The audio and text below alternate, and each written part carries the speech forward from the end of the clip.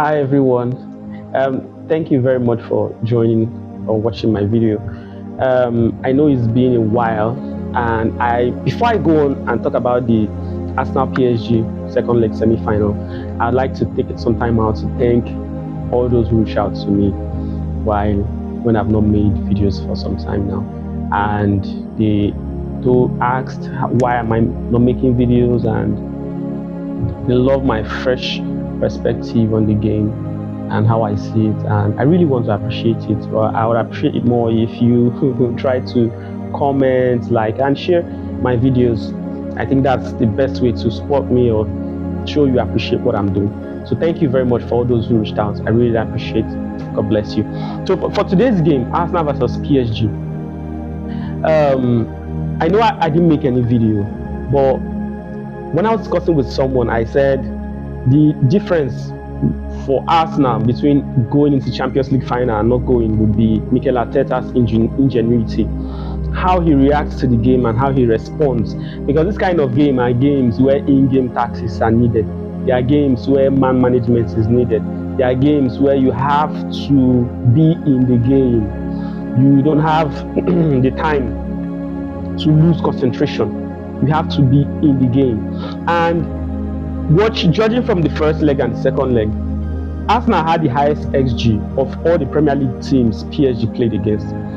Arsenal is the only team that had a higher XG than PSG.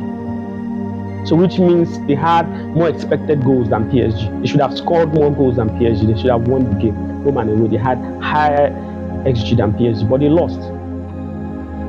These kind of games are the games that you need your managers to turn up. And Luis Enrique, he turned up. He's a proper professional. So, and it's just annoying because the first leg, you would have thought Arteta would have learned something from the first leg, because in the first leg he wasn't making those attacking changes that he needed. PSG was bringing in Doué for Barcola. He was bringing in Ben White for Timber. That's not the kind of substitution he needed in that kind of game. Odegaard was missing, Trossard was missing, Moreno was missing. There was no bite in the attack. And then he comes back to second leg and does almost the same thing. And then when you expect him to make changes, he doesn't make those changes you expect him. He doesn't trust his bench.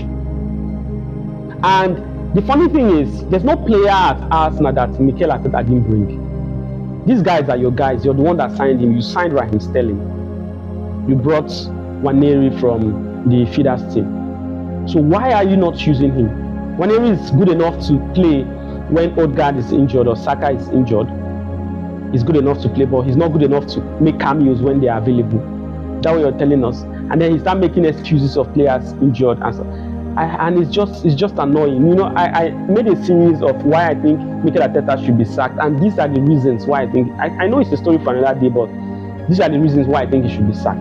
And then when you listen to Arsenal faithfuls talking about the game, you hear them say, what would Mikel Arteta have done differently? What could he have done differently? And I'm like, are you joking? What could he have done differently? In the first leg, he didn't make those changes. And at this point, Arsenal were losing 2-1. That's 3-1 on aggregate. At this point, it doesn't matter how you lose. Whether you lose 5-1, whether you lose 10-1, or you lose 2-1, it's the same thing, you're out. So why not risk it all at this time? Why not risk it all? Like, what are you? It's not a league. There's no point waiting for you at the end of the game. There's no other game after this unless you win this game and progress. Why is Arteta not throwing everything into the game? Why is he not throwing the kitchen sink, for God's sake? Why?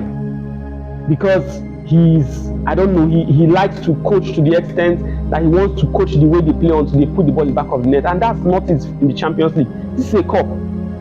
It's a cup game. In Champions League, individual brilliance matters a lot. It's not about who plays better. It's not about who plays well. Liverpool, Real Madrid Champions League 2022 final. What happened? Liverpool had all the chances, dominated the game, 9 shots on target. Real Madrid had just 1 shot on target. It was the goal, and that was the game. That is Champions League for you. It's not about being the best team. It's not about playing better. It's not about dragging possession. You don't need possession in Champions League. What you need is goals. creating chances, big chances, and taking them. So when they were losing 2-1, what stopped Mikel Arteta from bringing in Wanyeri, bringing in Raheem Sterling? What stopped him from doing that? You don't trust them in this kind of game. You brought on Calafiori. These things are throw everything in the game. You bring in Calafiori, fine, for Luis Kelly. Calafiori, stay up front. Stay up front. Partey, try to contain what's his name, Due or whoever is on that wing. Try to contain him. You and Rice in that midfield. Then take out Odegaard, bring in Wanyeri in that 10 position. Saka can stay on. I mean, he's the only lifeline Arsenal has. He can stay on. And then you bring on off Martinelli, bring in Sterling, take off Moreno, bring in Trossard. Trossard can play for the wing from the wing. Raheem Sterling can play in the striking position. They can alternate it like that. Wanyeri go forward, bump forward. Calafiori join them. In fact, Calafiori be on the wing, steady to put in crosses. Raheem Sterling and Trossard be in that box. Saka, I want you in that box. Throw everything at this game. It's either we win this game, equalize, or we lose 5-1. Whatever the result, let it be. But no, Mikel Arteta is being reserved. He's being, I don't know what he's doing. That's not how you win the Champions League. And that's inexperience for you.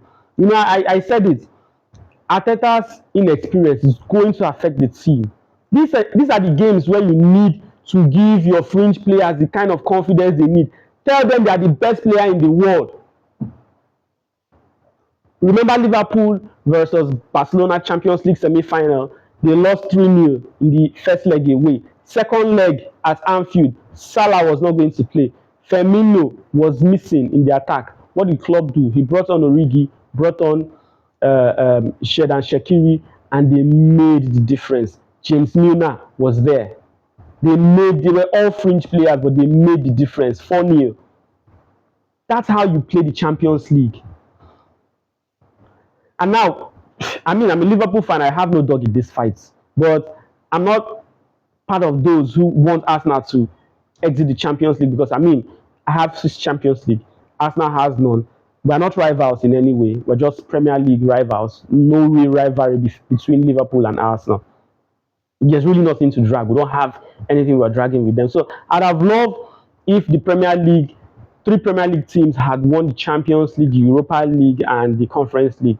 Wouldn't it have been beautiful? But now Mikel Arteta has ruined it. And then you see Arsenal fans come and tell you, no, there's nothing you could have done. No. Yes, there's something you could have done. You could have done things differently. You don't coach it. You know, I rate managers on 4 or 5 things. One is man management. Arteta doesn't have it. Squad management, he doesn't have it. In-game management, he doesn't have it. Tactical dexterity, doesn't have it. Then modesty, that's humility. When you lack these things as a coach, I don't think you're going to cut it. What's his name? Arteta, you're not who you think you are. You have so much. You have so much to learn. So much to learn from this game. Being paid the second highest in the world as a coach doesn't mean you're the second best coach in the world or you're the best. You're not. You're not an elite coach. You're not at that level. You have so much to learn. And until you accept you have so much to learn, I'm sorry, you're going to. And that's why I've said Arteta should go. If Arsenal know what they are doing, he should go. They should get an elite coach that will take them to the next level. I don't think he's going to do that. Well, that's what I think about the game. I don't know what your thoughts are. Let me know if you disagree with me. Also, let me know. I'm open to divergent opinions. So thank you very much. Until I come your way next time, do have a lovely day ahead. Bye.